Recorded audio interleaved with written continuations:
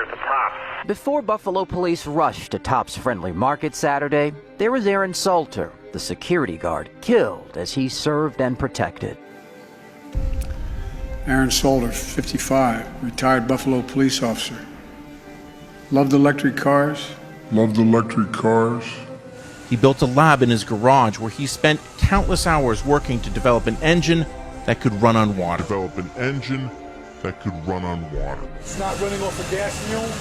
No, there's no gas fuel. I can't tell you how I use it. I do have a patent pending. A local inventor has discovered a way, hear this, to use water to run your car. It's a major breakthrough that will no doubt make motorists happy. And as Ralph Robinson explains, the Pentagon is also showing lots of interest in this project. It's going to be the new platform of technology when oil runs out. Are we not getting into a gas crisis right now? The biggest natural resource in the world is water.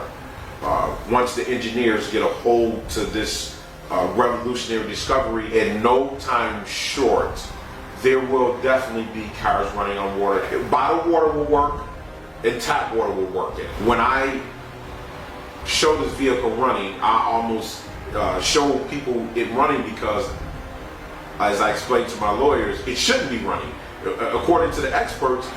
Well, folks, you heard it yourself from the mouth of Aaron Salters, AWS Hydrogen Alternative Energy System. Signing out. Have a good one. We'll see you hopefully driving one of Aaron's new vehicles. Thank you.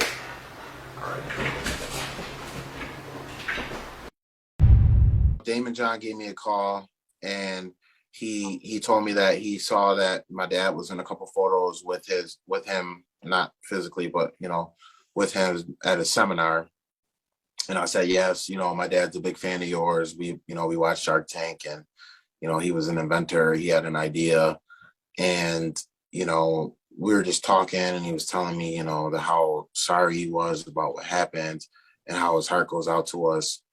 And, he just was asking me what I could use at this time. And I explained to him a little bit about what was going on with the funeral.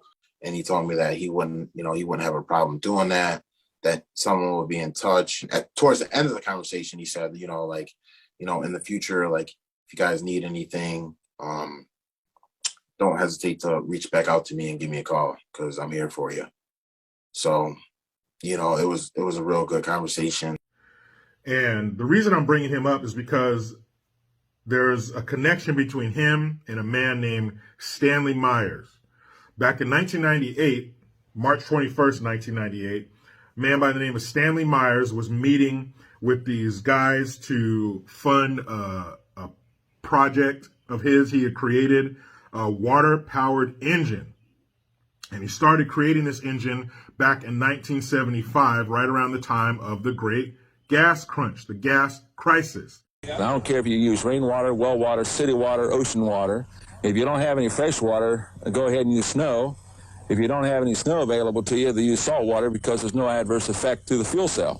Myers started working on this project 4 years ago. He's not a scientist. He isn't even a chemist. In fact, he never graduated from college. Myers was determined, he says, to design something to protect this country from oil embargoes. And we have calculated that if we take the dune buggy from Los Angeles to New York, we would roughly use 22 gallons of water. The Pentagon flew a lieutenant colonel in last week to look at Myers' invention. There's talk of possibly using it in the Star Wars defense program and to run Army tanks.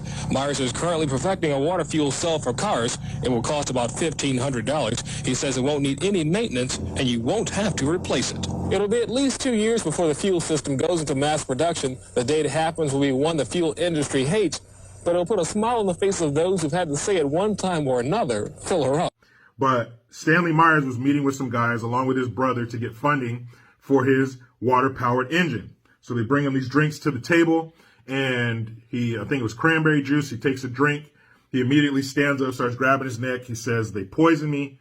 He goes out into the parking lot where he eventually died. But before he died, he said, they poison me because I'm working on a water-powered engine. And truth is stranger than fiction. So all these movies you've seen where the government will do this stuff to take somebody out because they were working on something and they make it look like an accident, and real shit will blow that Hollywood shit out of the water. A conspiracy to kill 5 random people? It's ridiculous.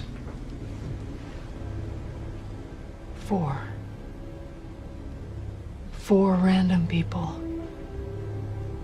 to hide one specific target.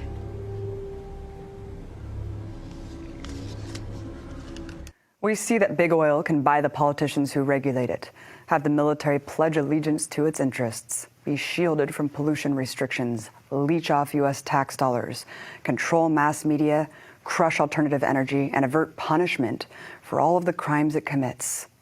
It is utterly insane that small boardrooms of self-serving billionaires are empowered to act as though the only future that exists is in their stock portfolios.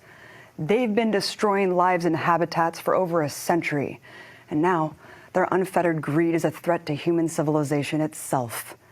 Their path towards a tar-covered, uninhabitable dystopia won't be reversed unless the power structure is flipped. We can't fight the rule of oil tycoons without fighting the system of corporate empire that dutifully serves them.